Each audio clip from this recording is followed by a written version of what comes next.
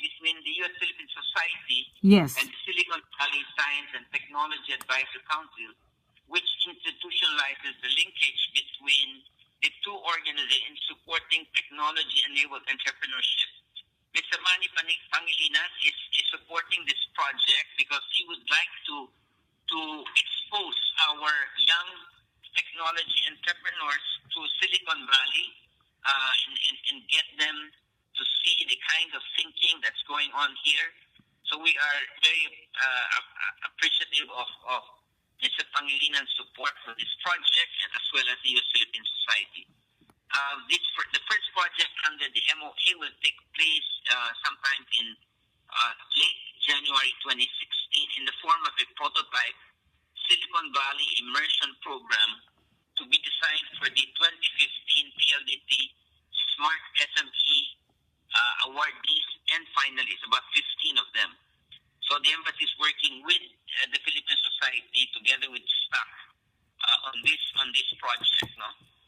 Now, as I was saying, on the consular side, we had also a very, very productive year.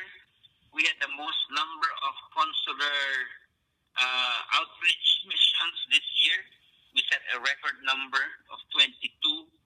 We provided 27,500 consular services for an average of 105 services each working day.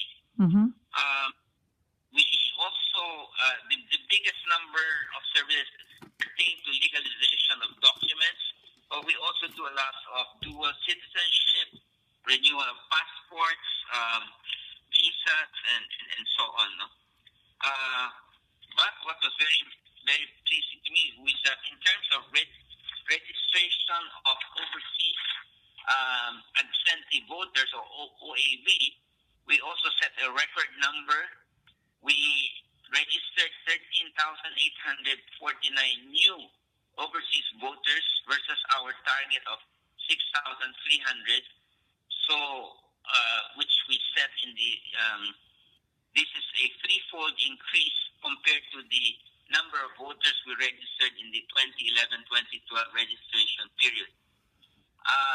We also had continued collaboration with U.S. labor and immigration authorities to ensure that Filipinos are fully aware of their rights. We work with quite a number of U.S. agencies like the Equal Employment Opportunity Commission, OSHA, NLRB, and WHD.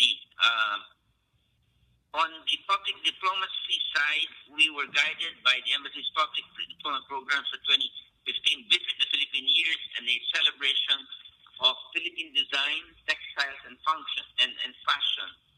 The Philippine chairmanship of APEC 2015 and the overseas voting registry exercise served as the backdrop of several flagship events of the embassy, including business roadshows, consular outreach missions, and the Talakayan, the Pasuguan series. You know, I mentioned earlier that we had quite a number of trade and investment missions led by our Secretary Purisima, Secretary Domingo, and Secretary Singson. We also had one by Dr.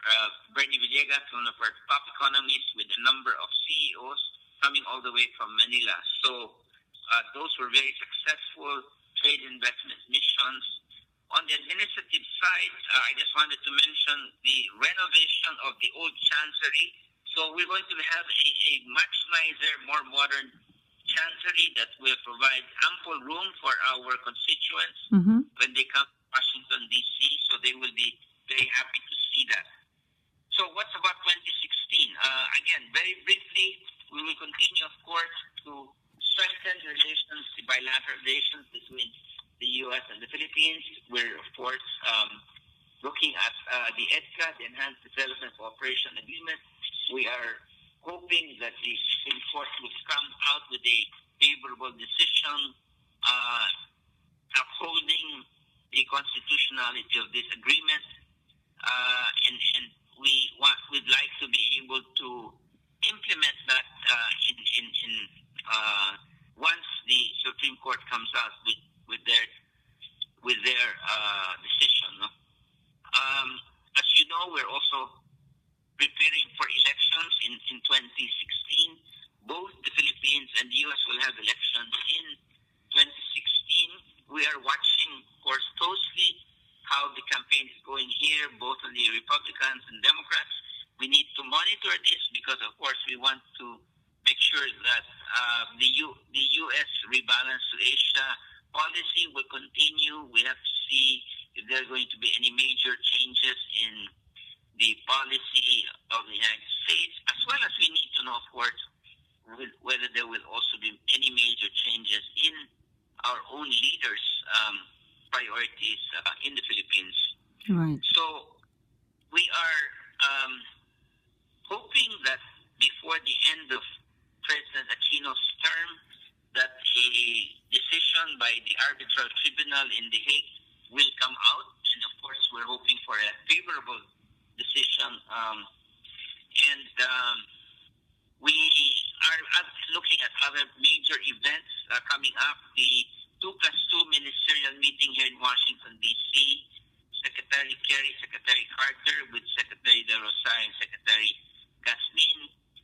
There's an ASEAN-U.S. Leaders Summit in Sunnylands, California, February 2016. President Obama invited the leaders of ASEAN.